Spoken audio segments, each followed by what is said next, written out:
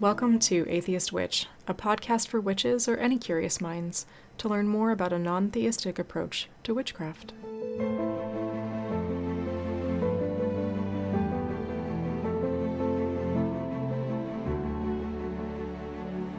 I'm sharing my journey as I find my way between actively practicing witchcraft and navigating a non-theistic viewpoint.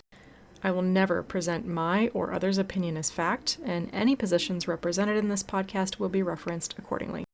Please keep in mind that just like yours, my practice is ever evolving, and my stance may change over the course of this podcast. I'm always happy to discuss this or answer any questions. Please reach out to me on social media or email.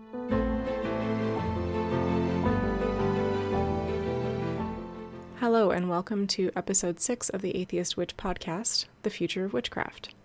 In this episode, I will discuss modern and upcoming topics such as politics, the internet, bigotry, transgender acceptance, and environmentalism, all from the perspective of an atheist witch.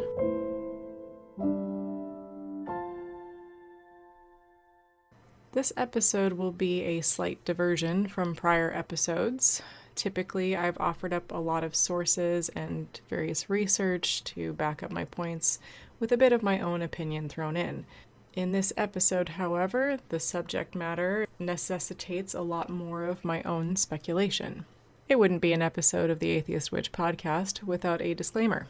Obviously, the content of this episode will deal with some heavy or inflammatory topics, and it will feature a lot of my own opinion. Thus, I ask for your patience and forbearance, and if you want to ask a question or weigh in on these topics, I invite you to engage with me via comments or social media.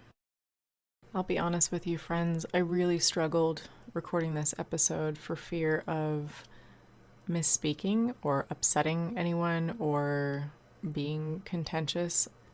Many of my friends know that I am generally conflict averse. I can be snarky with the best of them, but generally when it comes to important and meaningful things, I don't wish to upset the apple cart, so to speak. Go figure, I would record an episode early in my podcast about things like religion, politics, and environmentalism. I also don't have all the answers, and I think that's one of the things that I'm struggling with the most with this episode. I have ideas, and I have a generalized call to action, but I can't tell you for sure that these things will help or that these things will work. And I can't see into the future to divine the actual future of witchcraft. I certainly have a vision that I hope for and that I work for, but the world is an uncertain place, I think now more than ever. Speaking from a US-centric perspective, but I think that the rest of the world is probably looking at the US right now as well. I think this becomes a more important time than ever for those of us in the witchcraft community, or even those who are outside the witchcraft community but are friendly or allies in a certain way. It's more important than ever for us to put aside any other differences and band together to protect those who need protecting and to steer the world in a better direction. Before I dive in, I'd like to make a note that I am discussing the religious right, fundamentalists, and in some cases extremists. Far be it from me to paint an entire community with a broad brush, and we even have Christian believers in the ranks of those who practice witchcraft. I am not talking about those people. However, Christian religions are historically intolerant of witchcraft. In fact, an oft-quoted verse from the Bible states, "Thou shalt not suffer a witch to live." Witches and other pagans are often accused of being Satanist, which is quite amusing for anyone who knows anything about Satanism. Spoiler alert, Satanists don't worship Satan. As we discussed in the last episode, there is a history of pain and strife when it comes to witchcraft and Christianity and even some other religions around the world. But the bottom line is there's a lot of hatred in the world. This being an episode about the future of witchcraft, as I deal with some of these topics, the point is, how do we move forward? I think it would be foolish to say that we can, as a community, convince anyone in the extreme right that witches have a place on this earth. However, I do think that there is room somewhere in the middle to create understanding. It's a little difficult to talk about some of these other topics outside of the perspective of politics. I'll do my best, but pretty much all of this episode is going to be flavored by the political conditions in the world today. If you had asked me in 2024, I would have said that it's a good time to be a witch. That the world generally is moving into a more accepting place, and the effect of the internet is bringing witches closer together around the world. However, this is not 2024. This is 2025. And especially in the United States and our allied nations, we are seeing the opposite. Instead, this has become kind of a scary time to be a witch. I'm not saying that any of our political leaders have outright started up a witch hunt. However, it is becoming more acceptable to antagonize those who are different from you.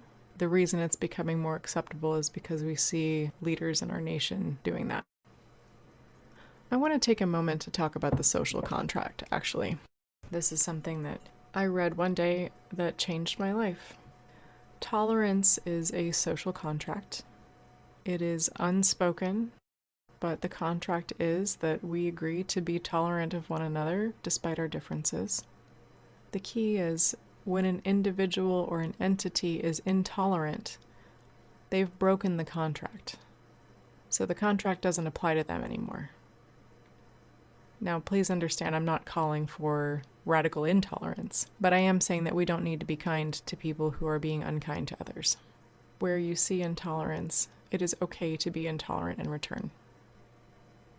It may surprise some witches to learn that there is, sadly, racism in some witchcraft communities. Specifically, there are white supremacists in some witchcraft circles, but less extreme than that, there are a lot of practices that were developed as an Anglo-centric practice, like Wicca, but I think Wicca has done a good job of moving beyond that and growing beyond that. But a lot of practice can be intentionally or unintentionally Anglo-centric, and at worst, can be actively exclusionary of BIPOC individuals. It's important to understand the difference between purposeful exclusion of a person or a type of person, or the traditional inclusion that we see in some type of closed practices. A closed practice is inclusive of a specific group of people for traditional reasons, whereas a racist practice is exclusionary of specific people. Something that comes to a lot of witches is a sense of responsibility for nature and for the earth and the world around us. When we're talking about the future of witchcraft, an important consideration is environmentalism and what we can do to be effective stewards of the earth and of nature. Some witches choose to be vegetarian or even vegan. I believe that that is a deeply personal choice. I myself am an omnivore, but there are some animals that I cannot bring myself to eat. I do definitely encourage anyone who can to be selective of their food sources and try to be responsible in procuring, especially meat.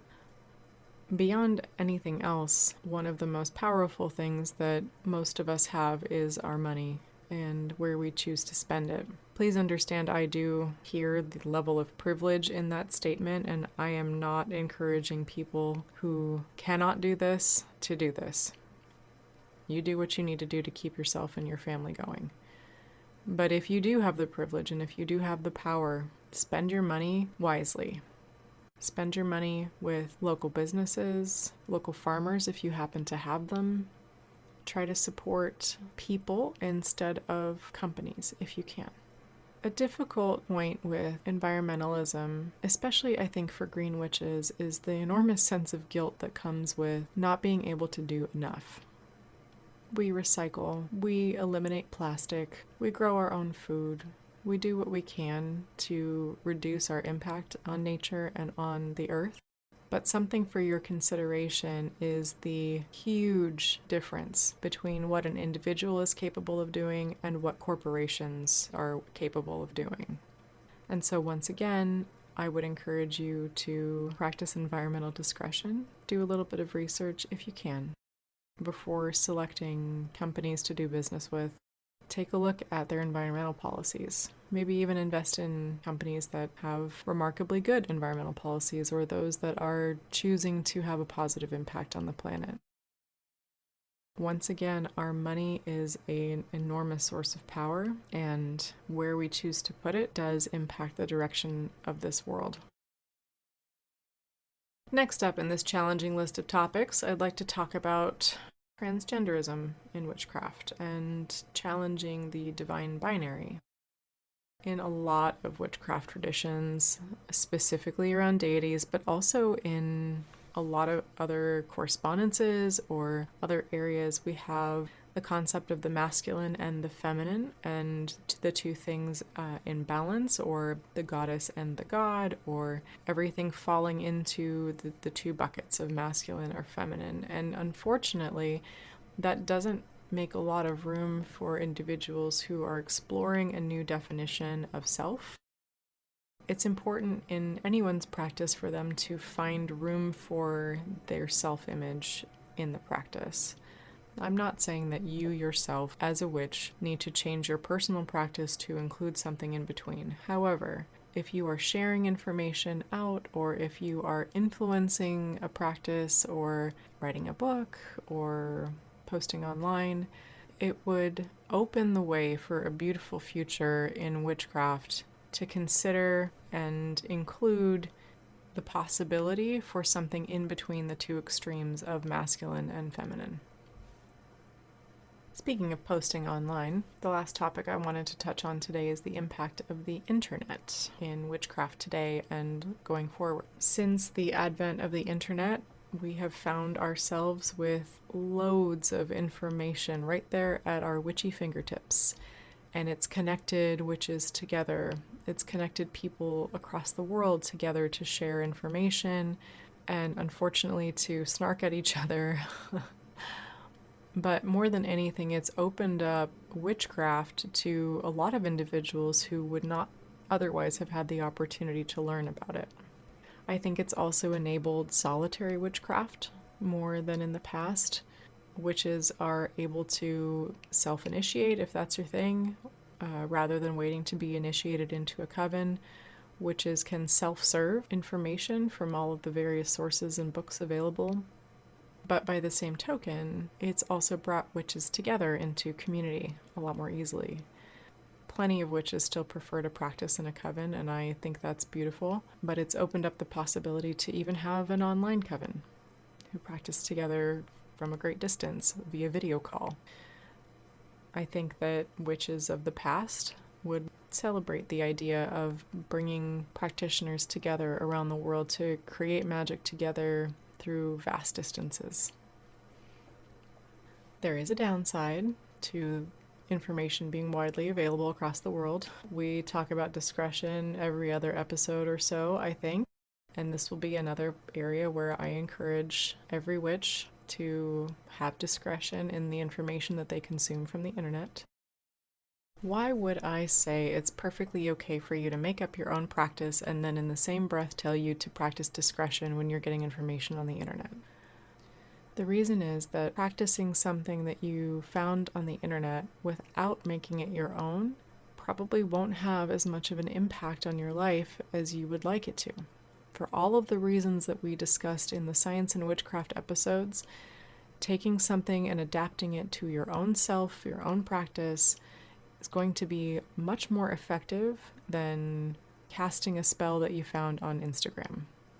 There's nothing wrong with that, but I highly encourage you to take inspiration from the internet instead of taking the internet by rote. The other concern is that, as we talked about in the history of witchcraft, closed practices by outside practitioners can actually be harmful to marginalized communities.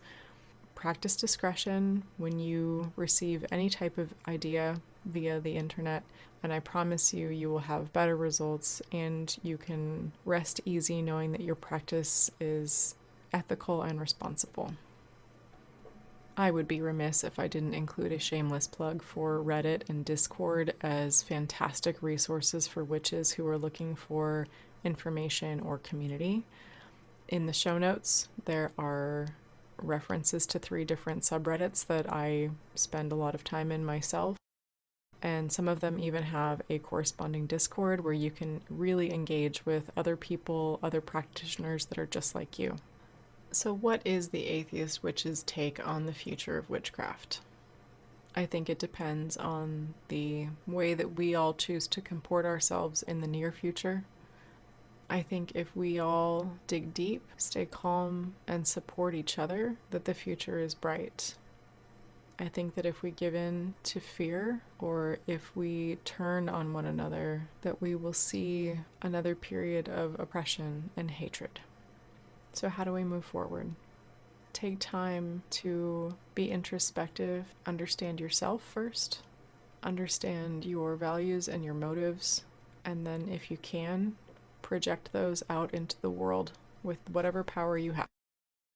Spend your money in responsible ways, support the people around you, reach out to your community and be part of it, let your community support you if you need it.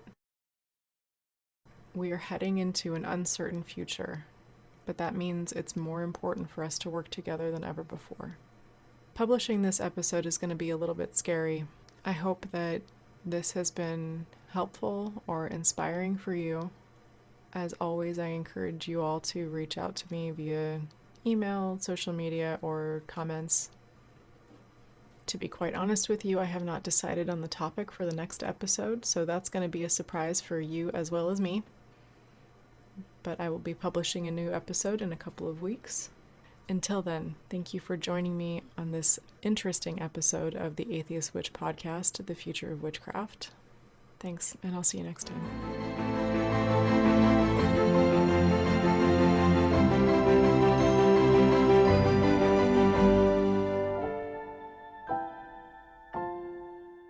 The best way to support this podcast is to please like, subscribe, or leave a review. Follow or message me on Insta at anatheistwitch, or email me your comments and questions at anatheistwitch@gmail.com.